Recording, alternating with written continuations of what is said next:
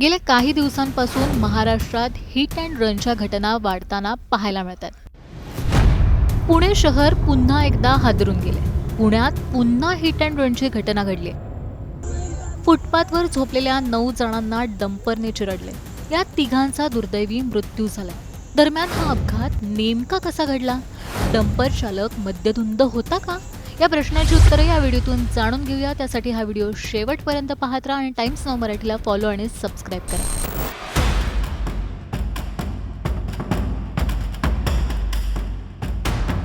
Right turn लेते वक्त उसको गाड़ी से कंट्रोल हट गया.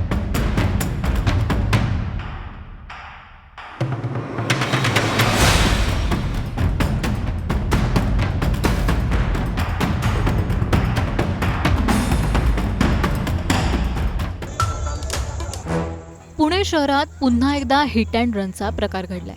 वाघोली परिसरातून एक डंपर भरधाव वेगाने पुण्याच्या दिशेने जात होता. बिल्टवेल एंटरप्राइजेस कंपनीचा हा डंपर होता.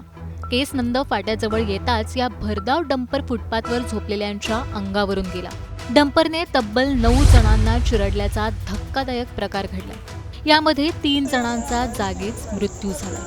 मृतांमध्ये 2 बालकांसह त्यांच्या काकाचा सुद्धा समावेश होता. तर 6 जण गंभीर जखमी झाले. कामाच्या शोधात काही कामगार अमरावतीहून पुण्यात आले होते. राहण्यासाठी जागा नसल्याने या कामगारांनी फुटपाथवरच आपला संसार मांडला होता. पण भरधाव वेगाने डंपर हा काळ बनवून या कामगारांवर चालून आला आणि या 3 जणांनी आपला नाहक जीव गमावला. 10 वाजता टँकर निघाला.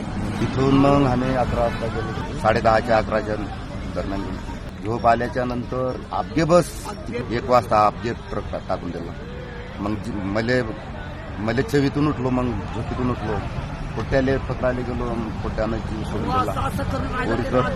पोरीच्या तोंडातून रक्त जायल्या. मायाला पोरगा पुतण्या ते जागेवर. दरम्यान 26 वर्षीय डंपर चालकाला पोलिसांनी बेड्या ठोकल्यात. त्याच्या विरोधात मनुष्यवधाचा गुन्हा दाखल करण्यात आलाय.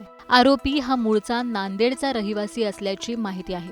अपघातावेळी चालक मद्यधुंद अवस्थेत असल्याचीही माहिती आहे. नहीं, कल रात को करीबन 1 बजे के आसपास एक डंपर ड्राइवर जिसने अपना माल खाली किया था, वो वापस घर जा रहा था. तो उसको स्नन फाटा के यहाँ पे राइट टर्न लेते वक्त उसको गाड़ी से कंट्रोल हट गया और फुटपाथ पे सोए कुछ लोगों के ऊपर से उसने गाड़ी चलाई. ये डंपर के एक्सीडेंट में 3 लोग वहीं पे उनकी मौत हो गई और बाकी 6 लोगों को हमने एडमिट किया है. वो अभी हॉस्पिटल में इलाज ले रहे हैं.